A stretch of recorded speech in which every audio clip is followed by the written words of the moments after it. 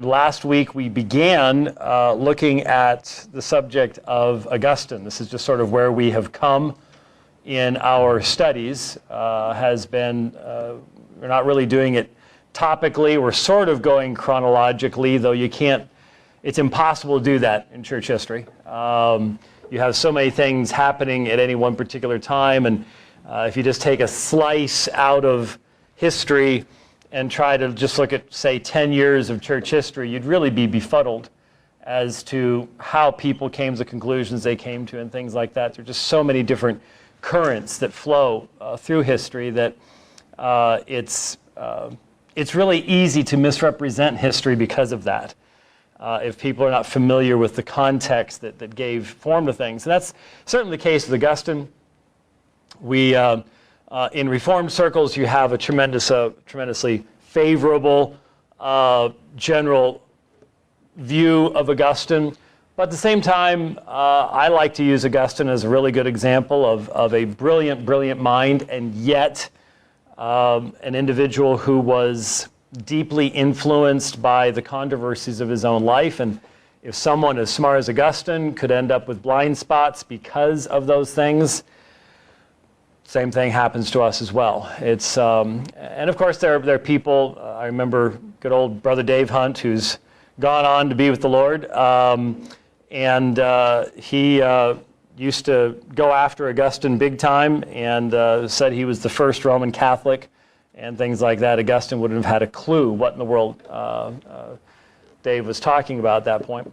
But I did mention last week that after the Apostle Paul, at least if you are a Christian in the West, you have probably been more influenced by Augustine's thought than almost anybody else. You might say, well, what about Calvin and Luther and stuff? Well, yeah, but what was Luther? I'm doing a lot of reading on Luther right now because we're going to be speaking in Eisleben and Wittenberg and all these places in Germany next month, and I was looking at the collection of his letters, and all the way past the period of his encounter at Worms with the Diet of Worms, Charles V, so on and so forth, his letters were signed Martin Luther, Augustinian. He was an Augustinian monk, and it wasn't for quite some time after that till he stopped utilizing that terminology. So he was deeply influenced. Anyone who's read the Institutes of the Christian Religion by Calvin recognized how deeply he was influenced, and the Westminster Confession of Faith, the London Baptist Confession of Faith. Augustine is behind so much of all of that we have been deeply influenced along those lines, whether we recognize it or not. And so knowing something about him is important. We mentioned a little bit about the beginning of his time of ministry, the fact that he was elected to office unwillingly when the Bishop of Hippo died. We talked a little bit about his conversion. But I would like to, in the midst of other things, keep in mind sort of a presentation that I frequently make on Augustine, because I do think that it's helpful to us to understand, and this has helped, I think, a lot of people understand why both sides in the Reformation, and of course we're coming up on Reformation Sunday, the 500th anniversary. I'm sorry I'm not going to be here for that. I'm going to be speaking that weekend in between Dallas and Houston. I guess that's just all one big place now. But anyway, big anniversary. It's not going to be one of those anniversaries where once you go past, it's like, well, it's all over with, because it really just starts a whole series of really important reformational dates, that's going to go way past my lifetime. In 2021, we need to have Diet of Worms Day. That sounds really great for most people today. They don't know what a diet is, or the word has changed meaning.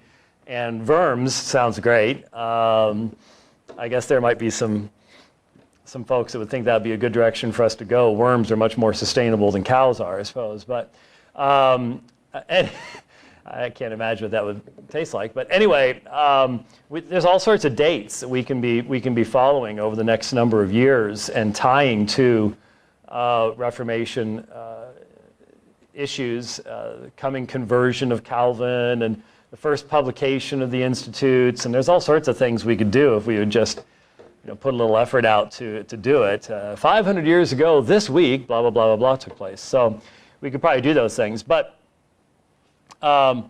in looking especially at the subject of Augustine and his influence upon the Reformation, I think it's very, very helpful to recognize the controversies that Augustine dealt with. And we talked a little bit about the first one last week. I mentioned to you the scandal of Donatism. And the Donatist controversy, not only did it have to do, and we've already talked about it in the past, we've talked about the ex opere operato, ex opere operandi stuff. We talked about the sacramentalism that was represented in this particular controversy. But Augustine had to, this was an everyday issue that he had to deal with because of how scandalous it was that you were facing a divided Christian church in North Africa. And Augustine did attempt reconciliation with the Donatists. It's not like there wasn't any conversation or anything like that. He did attempt reconciliation, but failed in that attempt, especially because the Donatists were based upon a very stringent perspective. You guys don't have proper authority because of the apostasy back then. The hardliners really tended to be hardliners, and time didn't tend to soften those stances. Even now that you're well past the period of persecution, you still were facing real hardline feelings. And what is important to recognize, I gave you this quote before, but I think it's one of the most important quotes that we have. In his book Tertullian and Augustine, B.B. Warfield wrote the following. He said, "The Reformation, inwardly considered, was just the ultimate triumph of Augustine's doctrine of grace over Augustine's doctrine of the church." Let me read that again. "The Reformation, inwardly considered, was just the ultimate triumph of Augustine's doctrine of grace over Augustine's doctrine of the church." So what this means is, at the time of the Reformation, both sides were quoting from Augustine. And you might say, well, he was the biggest name, and so one side was misrepresenting him, the other side wasn't. Not really. Both sides could fairly quote Augustine against their opponents. And why was that? Why could both sides quote Augustine? Well, because of the controversies that existed in Augustine's life. The Roman Catholics could quote from Augustine in his anti-Donatist writings, the unity of the church, the nature of sacraments, things like that. The Reformed could quote Augustine from his anti-Pelagian writings, the nature of salvation, grace. So, did Augustine contradict himself? Yeah. Why? Because of the controversies he faced in his life. And if that's the case for him, then how much more so can it be the case for us as well? What we also need to recognize, this is extremely important, at first Augustine resisted the idea of governmental infiltration, involvement in the Donatist controversy. But eventually, he succumbed, and military force, the power of the state, was brought to bear against the Donatists. And this is clearly, now remember, Theodosius declares the Roman Empire to be a Christian empire around 380. So this is right before Augustine's ministry. And at first, he's like, no, that wouldn't be proper, but eventually he is convinced that it's more of a scandal that there is a divided church than it's a scandal that force would be used in theological issues. And could Augustine in 390 look far enough down the road to see what could possibly come from his actions? No. No.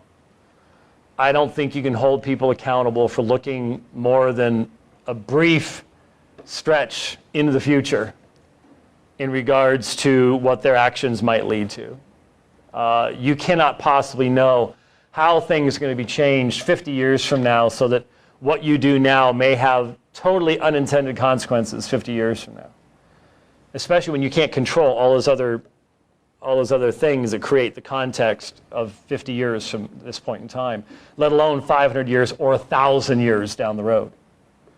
However, looking backwards, we can surely, just as we looked at the Council of Nicaea and, Constantine's there. The people that won't sign the creed are banished. Who enforces that? Well, the government does. Okay. Well, what's the next logical step in that progression? You can make the argument that if you trace everything back through history, there wouldn't have been a Spanish Inquisition without Augustine's accepting state involvement in suppressing the Donatists. Could Augustine have known about the Spanish Inquisition 1,000 years later? Of course not. But that's how history works. These things are all related. And when you ask, well, how did Augustine justify this utilization of external force in theological matters? It's interesting. He utilized the parable where Jesus speaks of bringing the people in to the marriage feast by force. Compel them to come in. Compel them to come in becomes the foundation for the idea of the use of compulsion in matters of faith, and since it's being done by the state, now the state and the church are becoming intertwined in an extremely dangerous fashion. Not in a way that could yet be seen in its full extent, but eventually, when you watch the video we've watched a number of times here on New Year's Eves called The Radicals. I think I've shown it like 3 times now over the past 20 years. So about every 7 years or so, we show The Radicals. And you see the state persecuting peaceful people who simply want to baptize their own children upon profession of faith, not upon birth. And yet they're being persecuted and burned at the stake, not only as heretics against the church, but as traitors against the state. How did it get to that? Well, Council of Nicaea, North Africa, Augustine, the Donatists, little step by little step by little step over time. You combine that with the fall of the Roman Empire in the West, the power vacuum that develops, the fact that people start looking to the church for leadership in these things, little step, little step, little step at a time. And so that first controversy that takes place in Augustine's life, the Donatist controversy, very important for many reasons indeed. Then I mentioned to you the Council of Carthage, which met in 397. And I just briefly mentioned to you the fact that Augustine, of course, you can probably find his influence in almost any theological argument that has been going on long enough in the history of the church. But Augustine had an extended dialogue and discourse with Jerome. Now, when we talk about early church writers, or really we're in the transition now into the medieval period. It's right at the not so much early church, it's not so much medieval, it's sort of right in the border right now. But there are not any bigger names at this time period than Jerome and Augustine. Certainly you've got some pretty big names. You've got we're going to see the Cappadocian Fathers, Basil and Gregory, and all these other types of people. But Jerome and Augustine, you may recall at one point I mentioned to you that there were really only two early church writers who had full facility in both the biblical languages, both Greek and Hebrew. And that was Origen and Jerome. And the name Jerome should be familiar to, I think, any Christian, simply due to the fact that the translation that he was commissioned to produce toward the end of the 4th century into the very beginning of the 5th century is still the most important foreign language translation of the Bible in Christian history. Becomes known today as the Latin Vulgate. And the Latin Vulgate, translated by Jerome, was the Bible of the West from the 5th century through the Reformation. Even the King James translators were more at home in the text of the Vulgate than in any other text at all. Latin was the language of education and learning. Latin was the language of advertising in the 17th century in England. You pick up a newspaper and the advertisements are going to be in Latin. This is the language of education and literature and everything, which is why the first impetus to translate the Bible into English was so resisted by many because it was considered such a vulgar tongue, such a low-level tongue. It was just it was the tongue of the uneducated farmhands, the people slopping the pigs. You don't take God's holy word and put it into the language of farmhands. And so even when you look at the Reformers, they very frequently would write in two languages. Luther would write in German and in Latin. Calvin, when you look at the Institutes, when you look at the various editions of the Institutes, you have a Latin edition, then a French edition, then a Latin edition, then a French edition. Because he was French. Some people don't realize that. Oh no, he was French? I can't believe it. I thought he was at least English? No. German, maybe? No. Portuguese, something, not French. Yes, he was French. So that Latin language just remained massively, centrally important for a tremendous period of time. And Jerome is the one who translated that particular translation of the Bible, and it created tremendous ripples when it was first done. Well, Augustine had an ongoing debate with Jerome.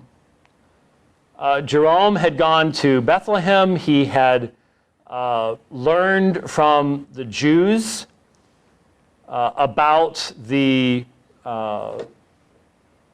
canon of Scripture that they themselves accepted. And Jerome realized what Melito Sardis before him had realized, and what Origen and Rufinus and other people had all realized before him, and that is the Jews had never accepted what we call the apocryphal books, or the deuterocanonical books. the books that were written during the intertestamental period, the Maccabees and things like that. And so the only reason he translated them into Latin was because the Bishop of Rome, Damasus, told him to do so. But in his writings, he made it very clear that these are not canonical works. Well, Augustine had some facility in Greek, but almost none in Hebrew. And so he was deeply influenced by the Greek Septuagint translation of the Old Testament, as was, well, up until this period of time, the Old Testament text for the majority of the church was the Greek Septuagint. There were very few Christians by this point. Well, almost none, except maybe in certain places in Palestine, that could read Hebrew.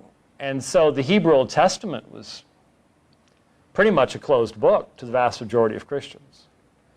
So the Greek Septuagint was the only way that it was known. And Augustine labored under the misapprehension that the Hebrew canon, that the canon that the Hebrew people themselves accepted the Old Testament, included what we call the Apocrypha or the Deuterocanonical works. And so he argued for them against Jerome, and of course, those who follow Augustine would be influenced by his opinions. In a Council of Carthage, in 397, was just basically a rubber stamp party for Augustine's views. I mean, by now he's already, he's very well known in North Africa.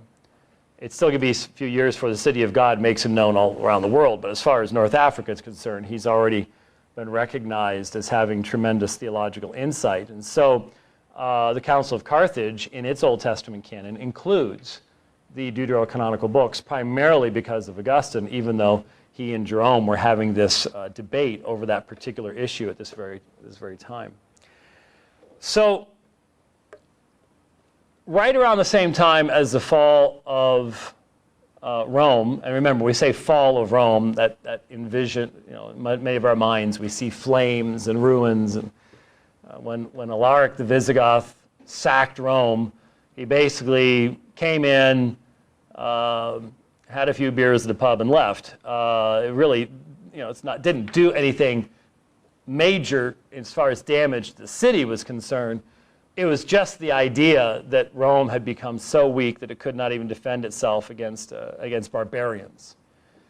And that was the huge mental shock wave that went all across the crumbling Roman Empire. Right around this time, we have a British lay monk. He's going to die in 419, and his name is Pelagius. Dies 419. And he was well educated. He, as so many people upon coming to Rome, was disturbed by the moral laxity of the people that he saw there. It's interesting that this bothered Pelagius in the 5th century, and almost exactly 1,000 years later, 1510, well, it's 1,100 years, same thing happens with a, ironically, Augustinian monk by the name of Martin Luther when he visits Rome. And the moral laxity that is seen there ends up having a major impact in his theological life as well. But he was also reportedly disturbed by something Augustine had written that he had encountered. And it went along the lines of, command what you will and give what you command. So in other words, the idea that he found very reprehensible was that in some fashion, God had to provide the supernatural ability for man to fulfill the commands which God had given to him. For Pelagius, that was a scandal. For Pelagius, everybody has the ability to fulfill all of God's commands in and of themselves without any extension of supernatural grace from God. So in other words, every man,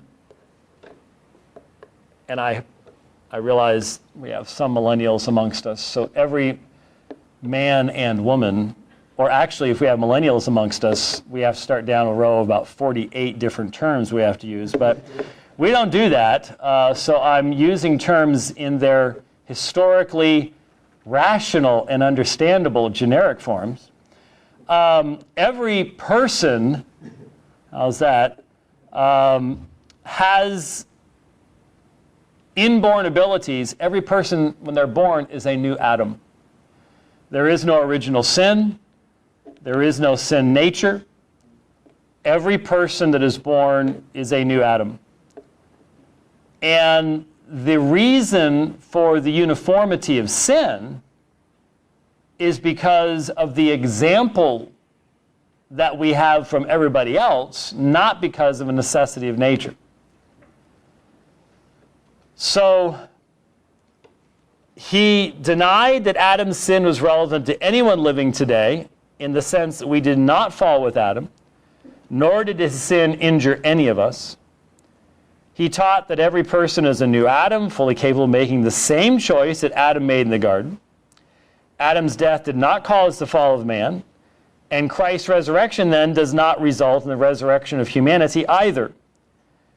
The entrance to the kingdom is by either law or gospel, for both are simply examples to help us to improve ourselves. Sinless perfection is possible, for no one is actually dead in sin.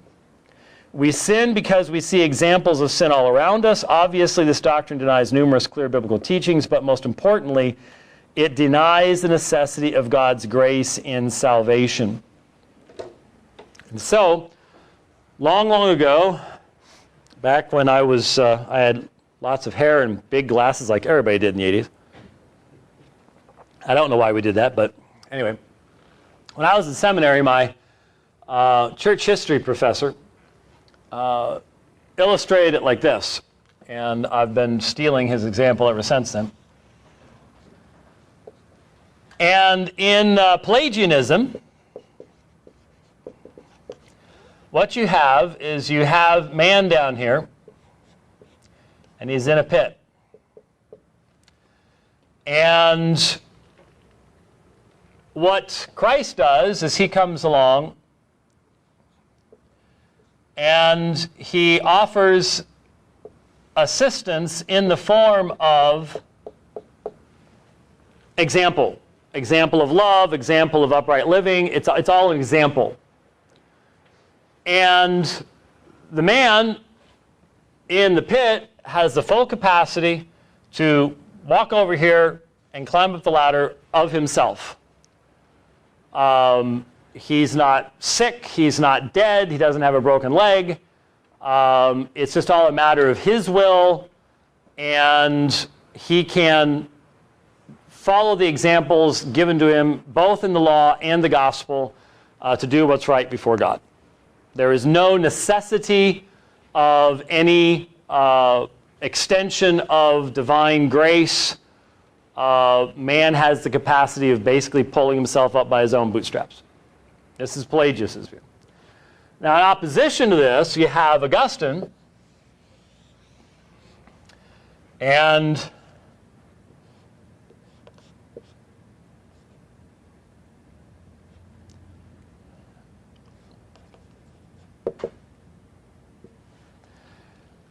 the man at the bottom of the pit is dead. That's either a daisy or a tulip, depending on how you want to look at it, growing out of his chest. He is dead. And you can lower all the ladders down to him and shout all the encouragement you want down to him. He's dead. And corpses do not respond well to encouragement or anything else. And so what has to happen here is you have to have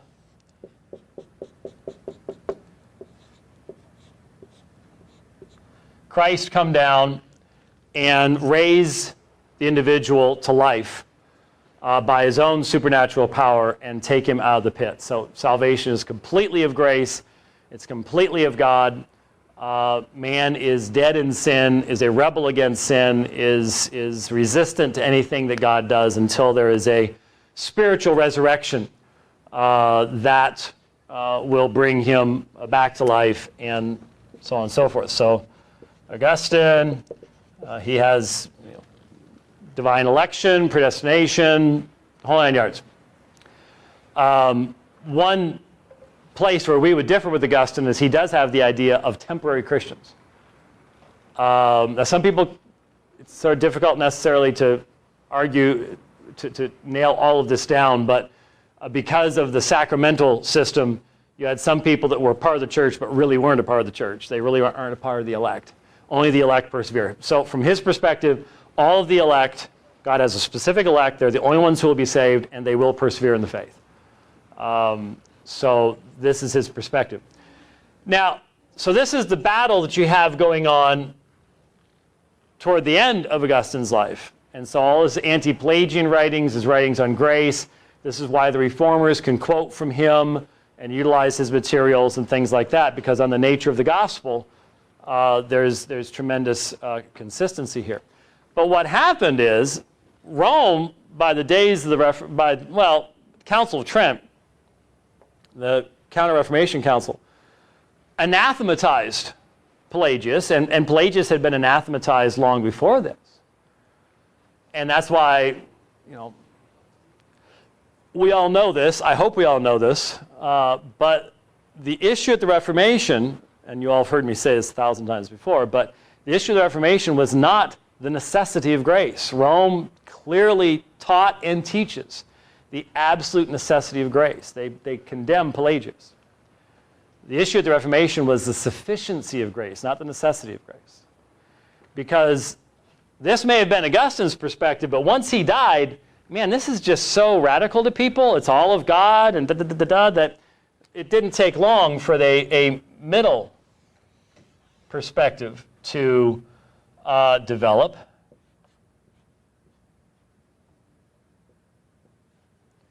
Oh, he shouldn't be smiling.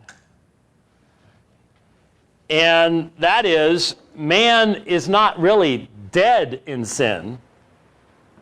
It's really encouraging to turn around and see all my friends laughing at my overwhelming artistic capacity here. But yeah, that looks really good, doesn't it? Monobrow, the whole 9 yards. But he is sick, broken leg. He can't. You can put down the stuff for him, but he can't climb out by himself. He has been damaged, sick in sin, just not able of himself.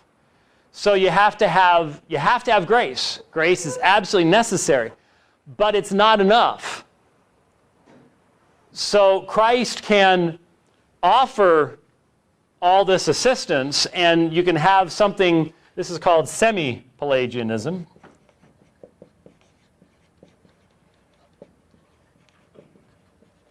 So, sort of central to this is a concept called prevenient grace, where you have a kind of grace that sort of, it binds up the broken leg if the guy in the pit wants it to. So the guy in the pit isn't a rebel. The guy in the pit isn't totally opposed to God. The guy in the pit has free will. And if he chooses, then he can utilize, you toss down a splint, and you give him the directions on how to attach the splint, so he can drag himself up out of the pit, basically. So he needs help. He needs grace. Pelagius, oh, that's too much.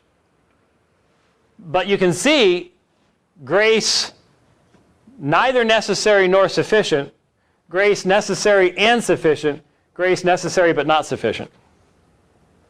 Okay? So, I don't know, 100-ish years after Augustine, you have the Council of Orange, and you start seeing in the Council of Orange a form of semi-Pelagianism. And if you look at Rome's sacramental system to this day, you see that it is very much a semi-Pelagian system.